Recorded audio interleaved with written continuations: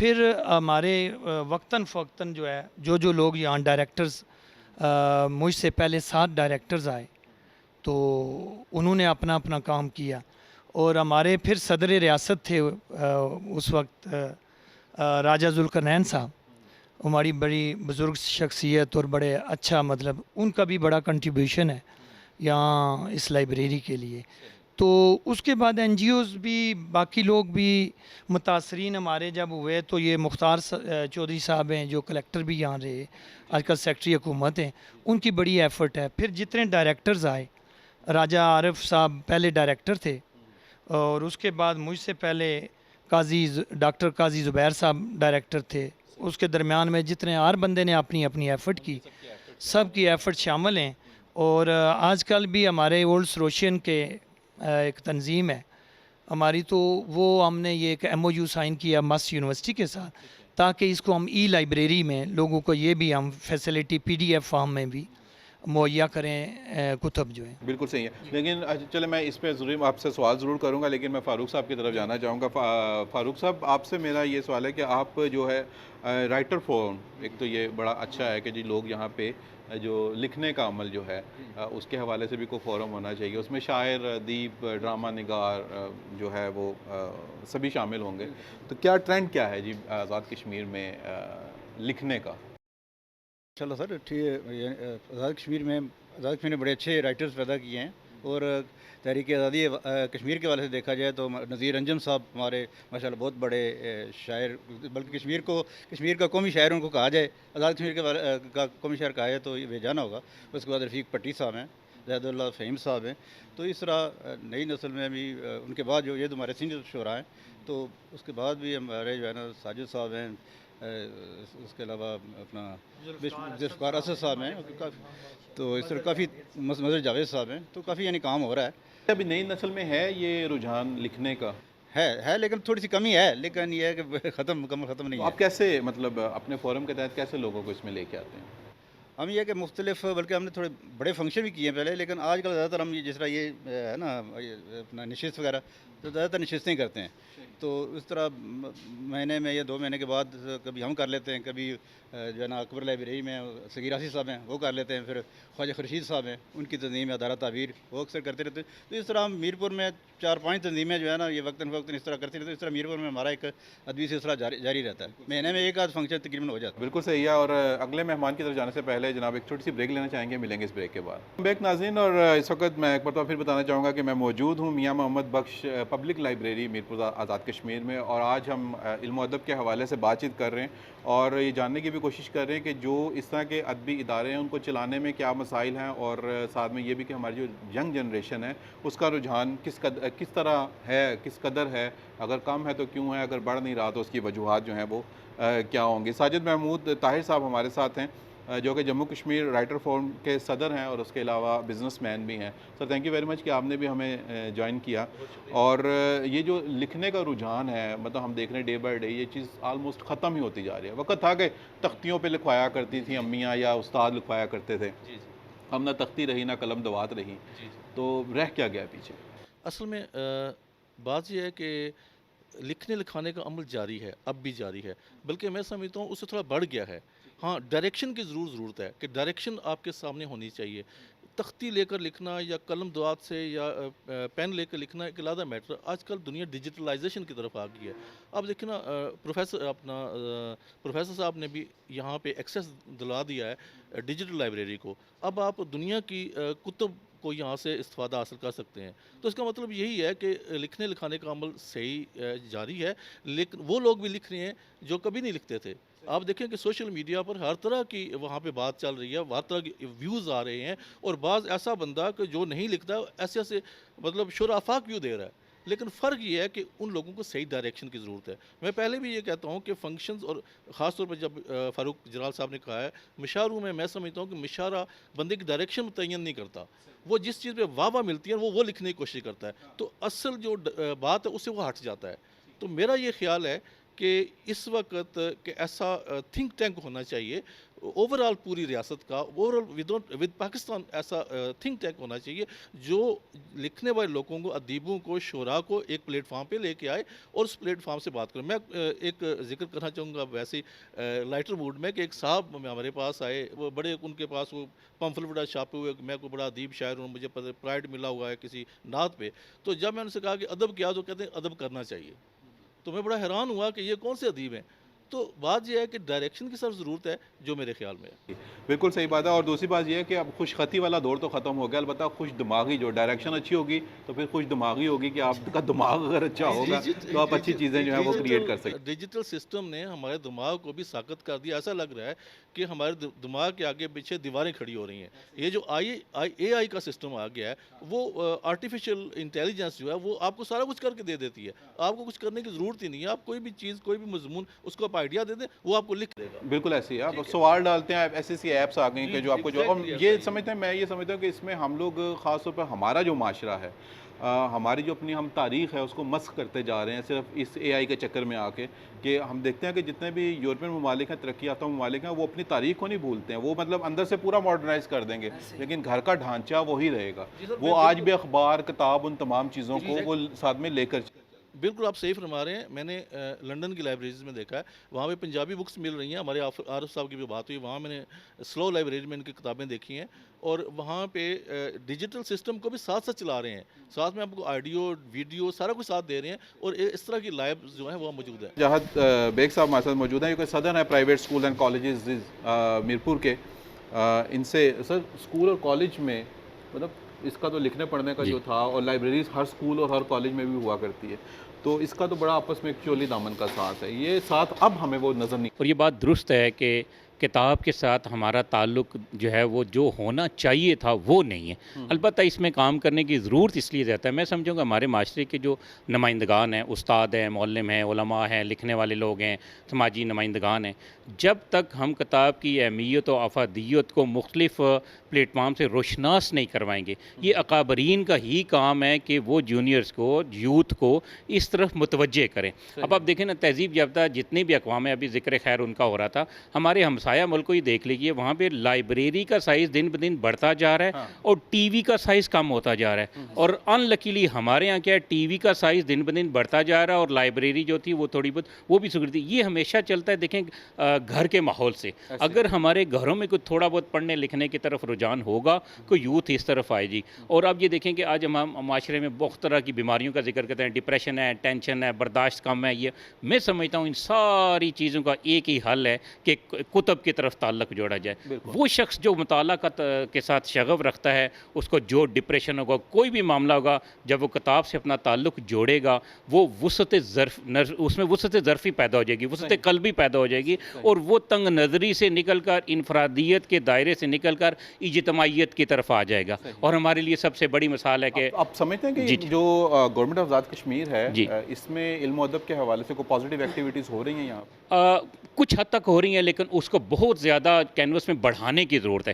جتنی ضرورت ہے اتنی نہیں ہے، ہو ضرور رہی ہے، لیکن جو ہمارے معاشرے میں ضرورت ہے وہ اس طرف ہمیں توجہ جو ہے وہ نہیں دی۔ بڑا مختصر ٹائم میں آپ نے بڑا اچھا اور بڑا جامع میرے سوال کا آپ نے جواب دیا۔ ڈاکٹر صاحب کو میں زحمت دینا چاہوں گا، ڈاکٹر طاہر محمود صاحب۔ سر کیسے ہیں آپ؟ ٹھیک ہیں الحمدللہ، ماشاء اللہ۔ آپ تو بڑے ویلفیئر کے کام کر رہے ہیں، آپ کا جو ڈائلائسس سینٹر ہے وہاں پر بھی ہم لوگ گئے، آپ نے بڑا اچھا، میں دیکھ رہا تھا، اور میں دیکھتا ہوں کہ بہت زیادہ جتنے سماجی کام ہیں ان میں آپ پیش رہتے ہیں، اور آپ جتنی این جی اوز ہیں، مطلب ان کے دونوں کوآرڈینیشن جو آپ کرواتے ہیں، ان کے آپ صدر بھی ہیں، تو این جی اوز کیا رول ادا کرتی ہیں یا کر سکتی ہیں علم و تدریس کے حوالے سے اور خاص طور پر کتاب کے حوالے سے؟ تو وہ چیزیں ہمیں وہاں پہ تو شاید تبدیل شدہ ملیں، لیکن جو اصل حالت میں، جیسے سیف الملوک ہے یہاں پہ، میاں صاحب کا کلام، اس طرح کی اور بہت ساری چیزیں ہیں، تو آپ کیا سمجھتے ہیں کہ زیادہ بہتر کیا چیز ہے؟ وسیم صاحب، پہلے تو آپ کا بہت شکریہ، اور ایک بات میں کہنا چاہوں گا کہ میں اور بالخصوص ہم یہاں پہ کافی سارے جو دوست بیٹھے ہیں، ہمارا اس نسل سے تعلق ہے جس نے بہت ساری چیزوں کا عروج بھی دیکھا اور زوال بھی دیکھا، صحیح،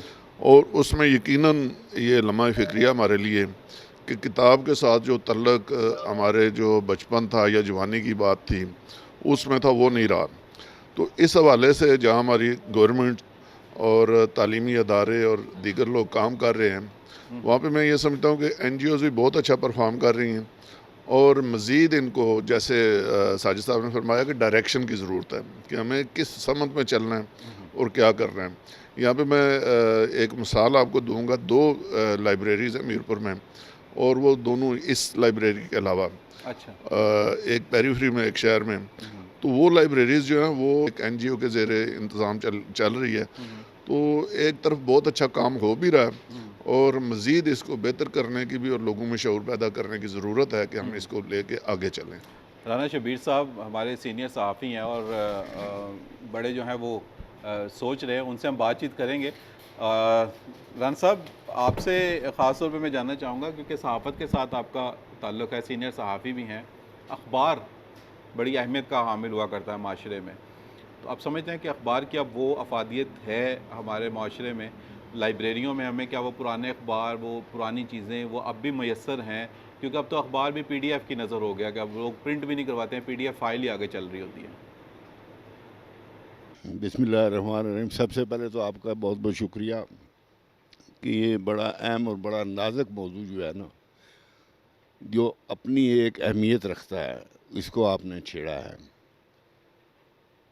گزارش یہ ہے کہ جی آج کل کے دور میں اخبار بدقسمتی سے وہ مقام اپنا کھو چکے ہیں جو پہلے تھا, اور اس کی بھی بنیادی وجہ یہ جو آپ کا انٹرنیٹ سسٹم ہے نا, یہ ہے. تو اس نے دیکھے ایک زمانے میں کتابت ہوا کرتی تھی, وہ سلسلہ ہی ناپید ہو گیا. کمپیوٹر نے آ کے وہ ان لوگوں کو بے روزگار کر دیا. جنہوں نے سیکھ لیا وہ آج روزگار میں, جو نہیں سیکھ پائے بیچارے وہ پریشان ہیں. تو اخبار نکالنا بھی کوئی آسان کام نہیں رہا. لیکن اخبار کی اہمیت سے یا کتاب کی اہمیت سے انکار نہیں کیا جا سکتا. ہمارا المیہ یہ ہے کہ جس کی طرف توجہ دی جانی چاہیے اور بدقسمتی سے نہیں دی جاتی, وہ یہ ہے کہ ہم ایک قوم نہیں ہیں, ہم ایک قوم بن نہیں سکے. ڈائریکشن قوموں کی ہوا کرتی ہے, ہجوم کی نہیں. تو سب سے بنیادی ضرورت یہ ہے کہ ہمیں ایک قوم بننا چاہیے, کتاب سے اپنا تعلق جوڑنا چاہیے. ہماری تاریخ کیا ہے وہ نوجوان, یہ جو نئی نسل آنے والی ہے, ان کو آگاہ کرنے کے لیے یہ کتاب ہی ہے ہمارے پاس. لیکن اب دیکھنا یہ ہے کہ اس کتاب میں جو لکھا گیا ہے یہ پازیٹیو ہے, نیگیٹو ہے, یا درست تاریخ ہے یا نہیں ہے. تو یہ ایک الگ سوال ہے کہ ہمارے ہاں بدقسمتی سے جو ہماری تاریخ ہے, جیسے جیسے ہمارا جغرافیہ دن بدن تبدیل ہوتا جا رہا ہے, تاریخ بھی تبدیل ہوتی جا رہی ہے. یہ ایک المیہ ہے اور اس پر توجہ دینے کی ضرورت ہے. اس پر توجہ دینے کی ضرورت ہے. ناظرین ایک چھوٹی سی بریک لیتے ہیں, ملیں گے بریک کے بعد. میک ناظرین, اور ہم لوگ بات کر رہے ہیں آج علم و ادب کے حوالے سے.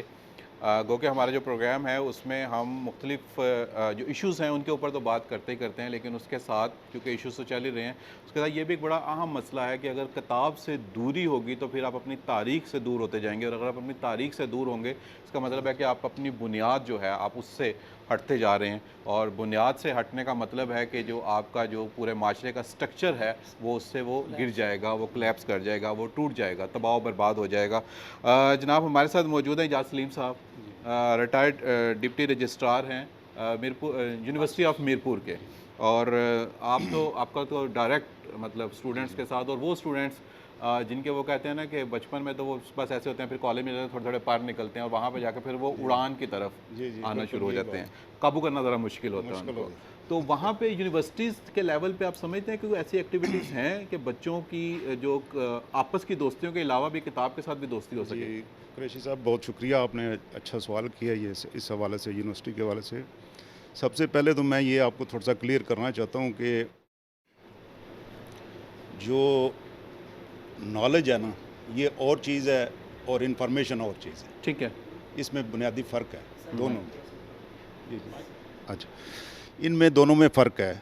نالج جو ہے نا وہ آپ کو ہمیشہ کتاب سے ملے گا. انفارمیشن وہ ہے جو ہم یہ اس کے واٹس ایپ اور یہ باقی جو ہمارے پاس جتنی بھی ہیں انٹرنیٹ, اس سے ہم لے رہے ہیں. اب ہمارا المیہ یہاں پہ کیا بن گیا ہے کہ ہم نالج سے دور ہو گئے ہیں اور انفارمیشن کی طرف چلے گئے. انفارمیشن اور نالج کا آپس میں کوئی تعلق نہیں ہے.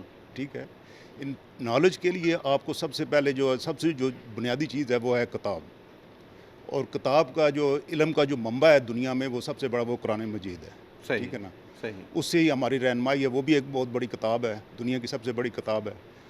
اب ہمارا یہ مسئلہ یہ بن گیا ہے کہ اسٹوڈنٹس بھی اور باقی جو ہمارا سوسائٹی ہے جتنے بھی لوگ ہیں ہم کتاب سے دور ہو گئے ہیں. اور اس حوالے سے میرا ڈائریکٹر صاحب سے کئی دفعہ اس پہ ہماری آپس میں بات چیت بھی ہوئی ہے کہ کون سا طریقہ کار اختیار کیا جائے کہ اسٹوڈنٹس کو یا باقی جو لوگوں کو دوبارہ کتاب کی طرف لایا جائے. صحیح. تو یہی پوزیشن اس کے اندر یونیورسٹی کے اندر بھی یہی پوزیشن ہے کہ وہاں بھی جو اسٹوڈنٹس کا رجحان ہے نا وہ کتاب کی طرف بہت کم ہو گیا. بہت کم. کیا وجہ ہے؟ یہ بہت بڑا المیہ ہے. اب اس میں تو کافی ساری چیزیں آ رہی ہیں لیکن یہ جو ہے نا جو ایک چیز میں یہ سمجھتا ہوں کہ جیسے ابھی تمام یہاں پر دوست موجود ہیں اور یقیناً گھر میں بتائیں گے بھی کہ ہم لائبریری گئے تھے, لائبریری میں بیٹھے تھے, جیسے ذکر ہوتا ہے نا کسی چیز کا, تو یہ ذکر بڑا ضروری ہے. جیسے کہا جائے کہ مسجد آپ گھر میں بتا کے جائیں کہ میں مسجد جا رہا ہوں نماز پڑھنے کے لیے, یا اگر نہیں جا پا رہے ہیں تو بچوں کے سامنے یا ایک وہ پریکٹس رکھیں کہ جی نماز کا وقت ہو گیا, میں نماز دوستوں کے سامنے رکھیں کہ جی نماز کا وقت ہو گیا میں نماز پڑھنے لگوں. وہ ایک ٹرینڈ سیٹ اس سے جو ہے نا وہ کر دیا جاتا ہے کہ وہ پھر ایک ترغیب ملتی ہے اس کی. اور جیسے قرآن پاک کی آپ نے بات کی, مطلب عربی پڑھ لینا تو صرف جو ہے نا وہ بڑا کمال نہیں ہے.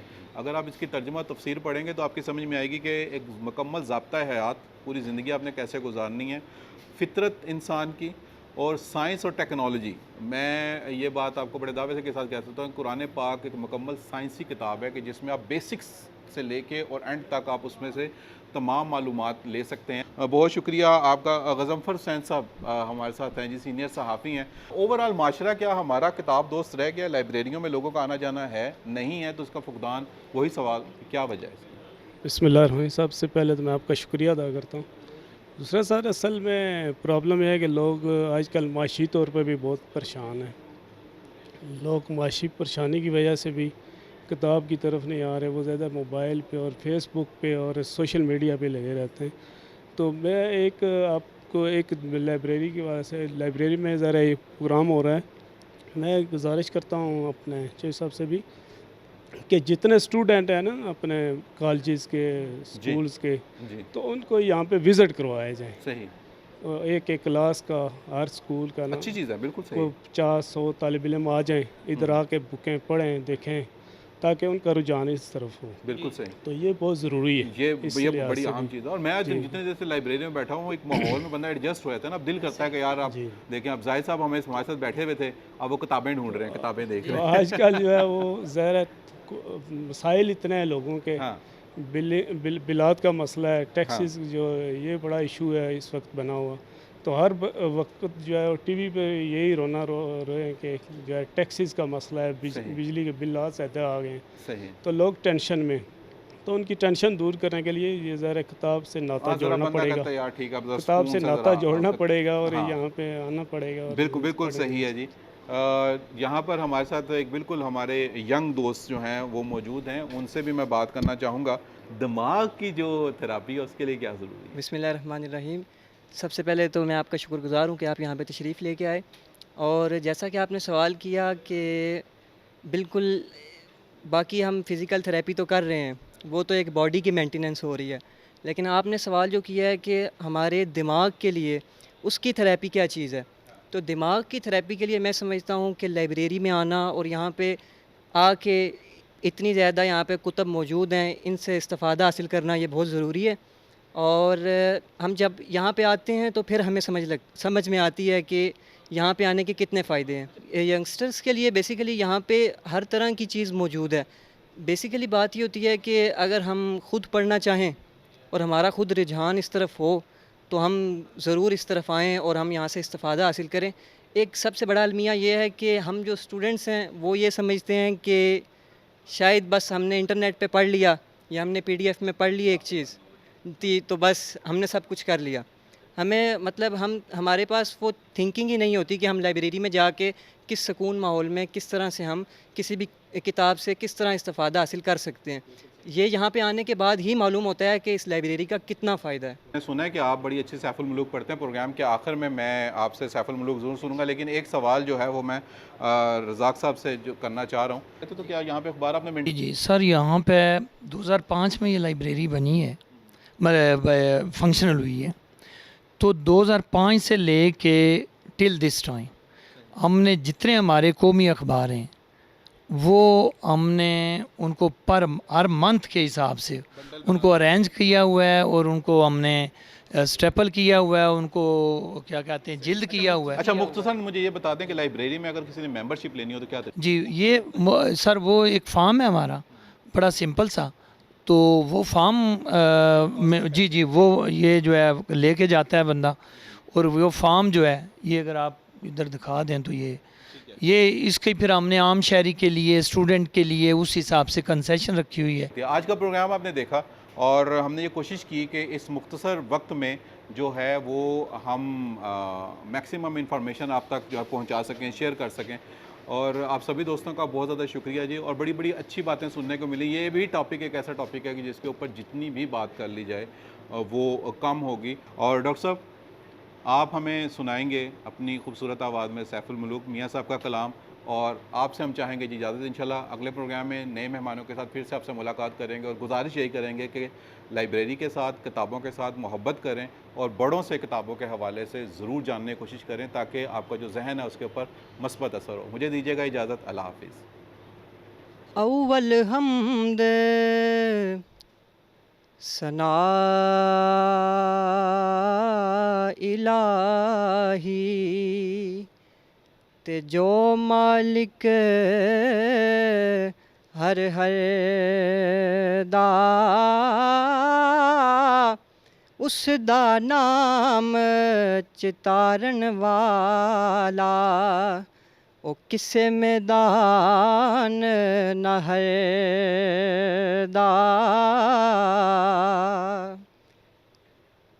ایک گناہ میرا ماں پیو ویکھے تے دیوے دیس نکالا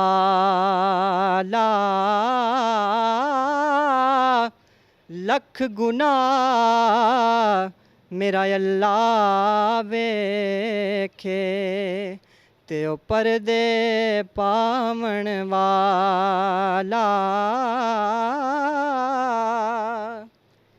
اور ہجر تیرا جے پانی منگے تے میں خون نہ دے گیڑا جی کردا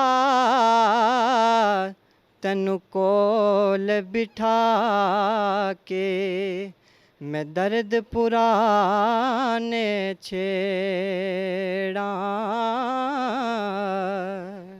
جی کردا تینو کول بٹھا کے تے میں درد پرانے چھیڑا.